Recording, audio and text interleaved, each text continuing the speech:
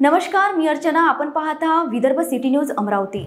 अमरावती शहरात अवैध गांजा, ड्रग्ज आणि हुक्का पार्लरचा व्यवसाय झपाट्याने वाढत असून हा व्यवसाय उघडपणे आणि बिनधास्तपणे चालत असल्याचे चित्र आहे. या अवैध धंद्यामागे कोणाचा हात आहे?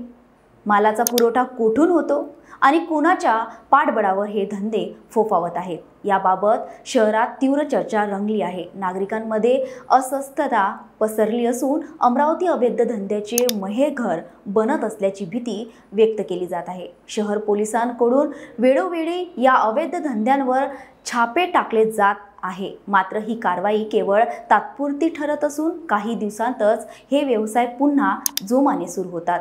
विशेष म्हणजे काही ठिकाणांवर 4 ते 5 वेळा छापे पडूनही व्यवसाय थांबत नसल्याचे पोलीस कारवाईच्या परिणामांकर्त्यावर प्रश्नचिन्ह उपस्थित झाले आहे. यामागे प्रभावशाली व्यक्ती किंवा गटांचा मोठा हात असल्याची शंका नागरिकांमध्ये आहे. या चर्चांना बळ देणारी बाब म्हणजे धंदा चालवणाऱ्या कायद्याची किंवा पोलिसांची कोणतीही भीती नसल्याचे स्पष्ट दिसते.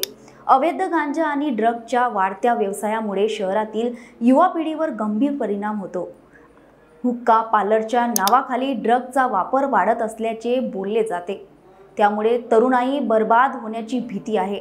हुक्का पार्लर हे केवळ नावापुरते असतात, प्रत्यक्षात तिथे ड्रग्जचा खुलेआम वापर होतो, असे एका स्थानिक नागरिकांनी नाव न सांगण्याच्या अटीवर सांगितले. या अवैध धंद्यांसाठी गांजा आणि ड्रग्जचा पुरवठा नेमका कुठून होतो याबाबत ठोस माहिती समोर येत नाही. काहींच्या मते हा माल बाहेरील राज्यातून किंवा आंतरराष्ट्रीय मार्गाने शहरात येत आहे. यासाठी मोठ्या प्रमाणात संघटित टोळ्या कार्यरत असल्याची शक्यता आहे.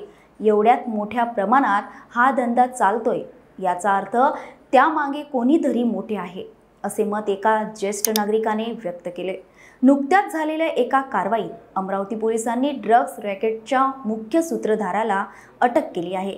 या कारवाईत काही प्रमाणात अवैध माल जप्त करण्यात आला.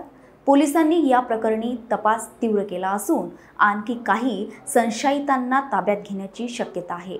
मात्र अशा कारवाया कितपत दीर्घकालीन परिणाम देतील याबाबत शंका आहे. नागरिकांनी याबाबत अनेक प्रश्न उपस्थित केले आहेत.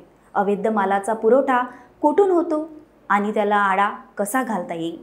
पोलीस कारवाई का अपुरी पडते? यामागे प्रशासकीय दबाव आहे का प्रभावशाली व्यक्तीचा हात असल्याचं त्यांच्यावर कारवाई होणार का? शहरातील युवा पिढीला या व्यवसायांपासून वाचण्यासाठी काय योजना केल्या जाणार? या अवैध धंद्यांना आळा घालण्यासाठी पोलिसांना मोठ्या आव्हानांचा सामना करावा लागत आहे.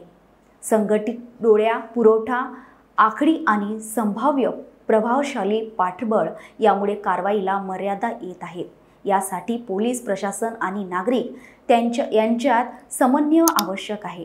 तसेच कठोर कायदेशीर कारवाई आणि जागरूकता मोहीमद्वारे या समस्येचे मूळ शोधून त्यावर उपाययोजना करणे गरजेचे आहे.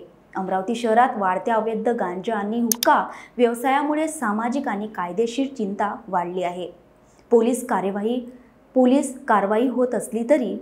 कारवाई होत असली तरी ही तात्पुरती ठरत आहे. या समस्येचे मूळ शोधून त्यावर कायमस्वरूपी उपाययोजना करणे आवश्यक आहे.